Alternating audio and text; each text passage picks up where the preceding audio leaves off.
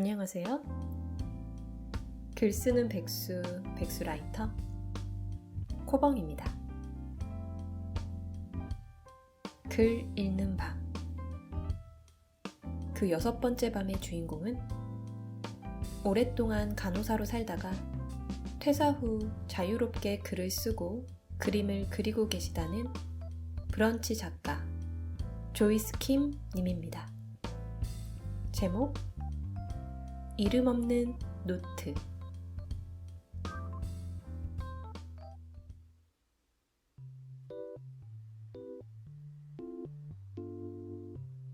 그 노트가 발견된 곳은 그녀의 가방 속이었다.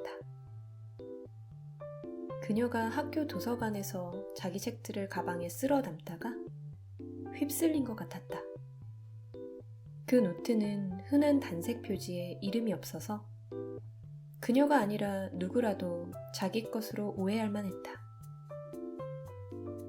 어쨌든 그녀는 자기 실수로 가져온 것이니 주인에게 돌려줘야 한다고 생각하며 노트를 살펴보았다. 겉에도 안에도 이름이나 소속 같은 건 쓰여있지 않았다. 그녀는 그날 같이 앉아있던 얼굴들을 떠올려 보려고 했지만 별로 신경을 쓰지 않아서 그런지 잘 기억이 나지 않았다.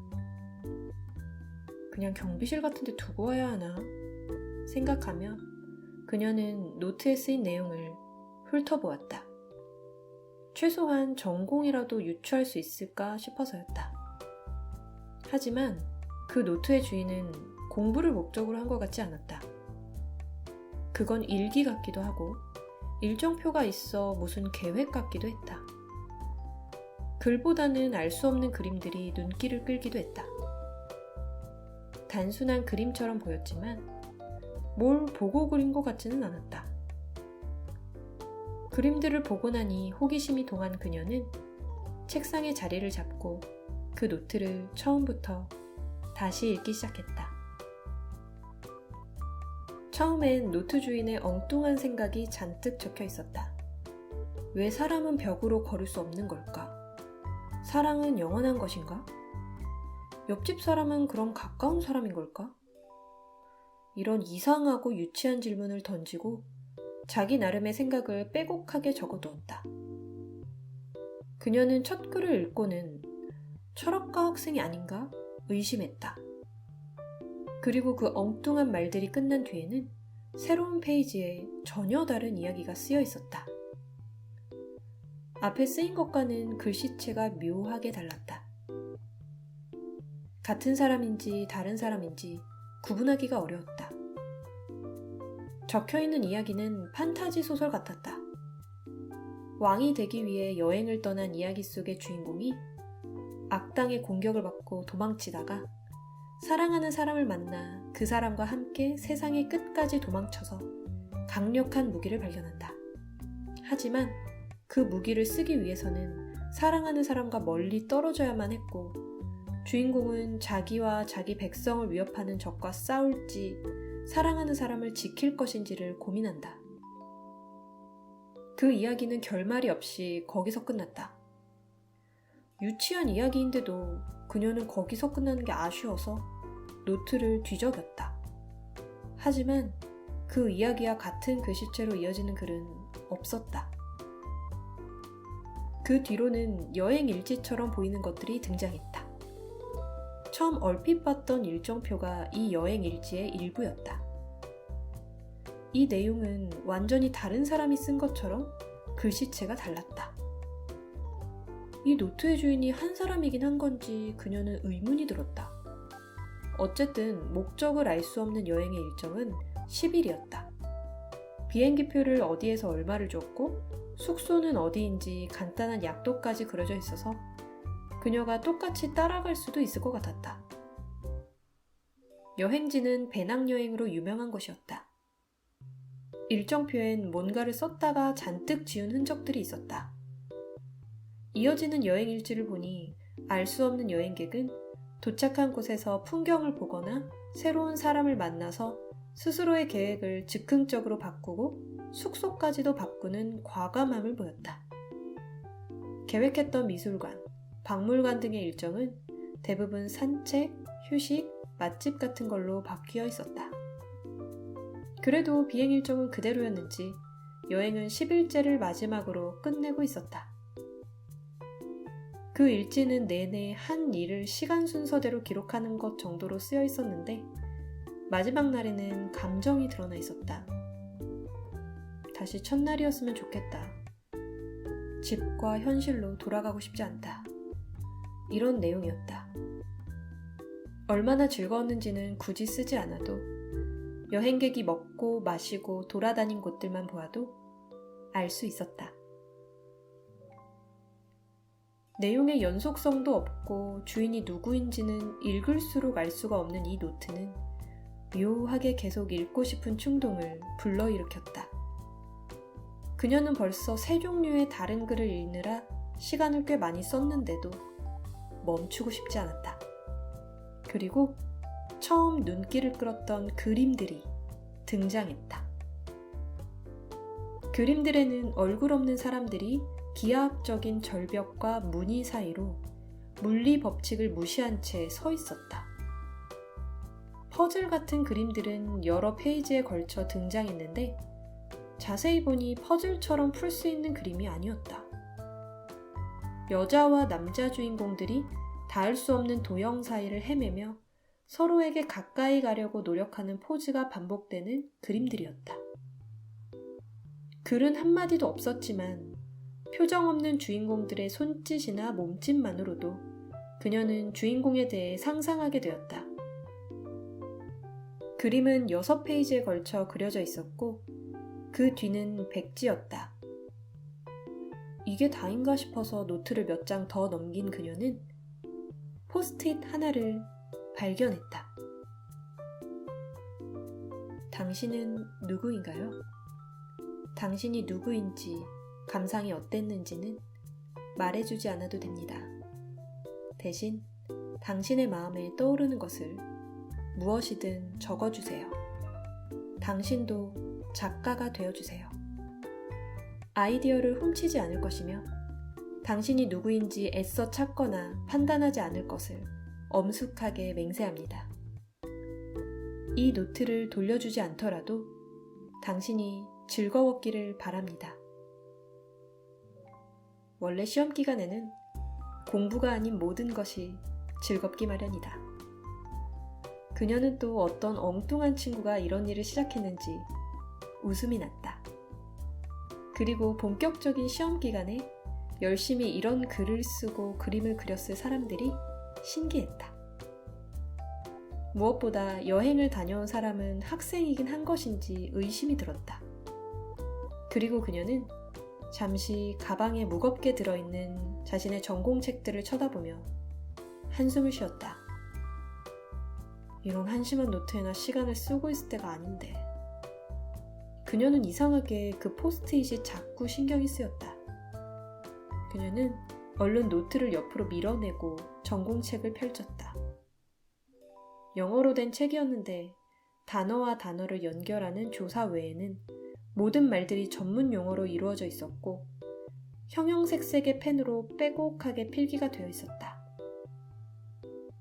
그녀가 전공을 선택하게 한 것은 성적표였지 낭만이 아니었다. 하고 싶은 일보다는 취직이 잘 되는 과를 줄 세워서 성적에 맞게 전공을 선택했을 뿐이었다. 그녀는 16살부터 삶에서 낭만이나 하고 싶은 일을 찾는 것은 여유 있는 사람들이나 하는 짓이라고 생각하면서 20대가 되었다. 그런데 그녀의 눈이 자꾸 이름 없는 노트를 향했다. 포스트잇에 쓰여있던 작가라는 단어가 자꾸 생각났다. 설렜다. 이 설렘을 어떻게든 하지 않으면 다시 공부를 하는 것은 불가능할 것 같았다. 그녀는 결국 노트를 펴고 펜을 들었다. 그녀의 글은 다른 색깔로 이렇게 시작되었다. 숲속 깊은 곳, 물이 맑은 계곡 옆에는 작은 사슴이 살고 있었어요. 작은 사슴은 아주 특별한 사슴이었어요. 왜냐하면 사슴은 숲속의 다른 사슴 친구들과는 다르게 흰색이었거든요. 그리고 옆에는 귀여운 사슴 한 마리를 그렸다. 다음날 이른 아침, 그녀는 가방을 꽉 채워서 학교 도서관에 도착했다. 그리고 어제와 같은 열람실에 자리를 잡고 앉았다. 그녀는 아직 사람들이 많지 않은 열람실을 둘러보고 자기 자리로 걸어갔다. 손에는 열람실 좌석 번호표와 이름 없는 노트가 들려 있었다. 그녀는 아직 아무도 앉지 않은 책상에 조용히 노트를 올려두고 테이블을 지나쳐 걸어갔다. 누가 보고 말이라도 걸까봐 그녀는 잔뜩 긴장했지만 다들 그녀를 신경 쓰는 것 같지 않았다. 그녀는 그 노트가 잘 보이는 자리에 자리를 잡고 어제 밤새 노트에 시간을 투자한 대가를 치르기 위해 전공책들을 꺼냈다. 그리고 밀린 페이지들을 펼치고 눈과 손을 바쁘게 움직여야 했다. 잠시 지쳐서 그 노트가 어떻게 되었는지 보려고 눈을 들었을 때는 열람실 내부가 거의 다 차 있었고 노트는 보이지 않았다. 언제 누가 가져갔는지 보지 못했지만 누군가 그녀의 이야기를 읽을 거라고 생각하자 가슴이 두근거렸다. 한참 노트를 두고 온 자리를 보던 그녀는 도서관 밖으로 나와 캠퍼스에 핀 꽃들을 바라보며 초콜릿을 까먹었다.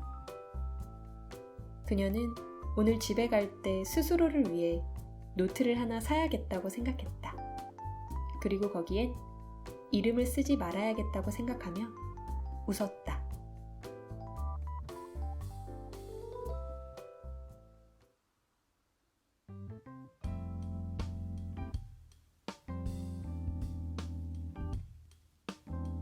조이스 킴님은 원래 간호사였고 관련된 일을 하면서 살아오시다가 지금은 잠깐 백수로 지내면서 진로에 대한 탐색을 해보고 계시다고 합니다. 어렸을 때의 꿈들을 되짚어 보다가 브런치 작가가 되셨고 오늘 소개해드린 글은 앞만 보고 달려갔던 대학생 때 이런 생각을 했더라면 어땠을까를 상상하면서 적어내려간 여편 소설이라고 하시는데요. 제목이나 구체적인 컨셉은 아이패드에 아이디어 스케치를 하던 중에 떠올랐다고 하시더라고요. 새로운 메모를 적으려고 하니까 이름 없는 노트라는 이름으로 저장되는 것을 보고 이 소설의 내용이 한 번에 구상되셨다고 합니다. 조이스 킴님이 브런치에 올려주신 원문에 가서 보면 그림이 하나 삽입되어 있는데요. 이 또한 작가님께서 직접 그리신 작품이라고 합니다. 글과 그림을 모두 다룰 수 있으시다니 정말 부럽습니다. 사실 저는 여편 소설이라는 걸 조이스 킴님의 글을 보면서 처음 알았거든요. 그래서 잠깐 구글에서 찾아봤는데 여편 소설은 단편 소설보다도 짧은 소설을 말한다고 하더라고요. 스마트폰 시대에 접어들면서부터는 스마트 소설이라는 새로운 명칭으로도 불린다고 하네요. 이 소설들은 통상 200자 원고지 20매 또는 A4 용지 1매 분량이라고 하는데요. 그래서 그런지 조이스 킴님의 이름 없는 노트도 분량이 그렇게 길지가 않아요. 물론 소설 자체가 재미있어서 더 호다닥 읽은 것 같은 느낌도 들지만요. 오늘 소개해드린 이름 없는 노트는 조이스 킴님이 발행하신 오후엔 소설 한 조각이라는 제목의 브런치북에 수록된 글이었어요. 브런치북의 제목 그대로 나른한 오후에 잠깐의 티타임을 가지시며 보시기에 딱 알맞은 소설들이 가득 들어있으니까요. 관심 있으신 분들은 조이스 킴님의 브런치북도 한번 읽어보시면 좋을 것 같습니다. 코벙의 글 읽는 밤. 그 6번째 밤은 오늘 소개해드린 조이스 킴님의 소설의 일부분을 다시 한번 낭독하면서 마무리해볼까 합니다. 당신은 누구인가요? 당신이 누구인지, 감상이 어땠는지는 말해주지 않아도 됩니다. 대신 당신의 마음에 떠오르는 것을 무엇이든 적어주세요. 당신도 작가가 되어주세요. 코벙이었습니다. 구독자 여러분, 좋은 밤 되세요.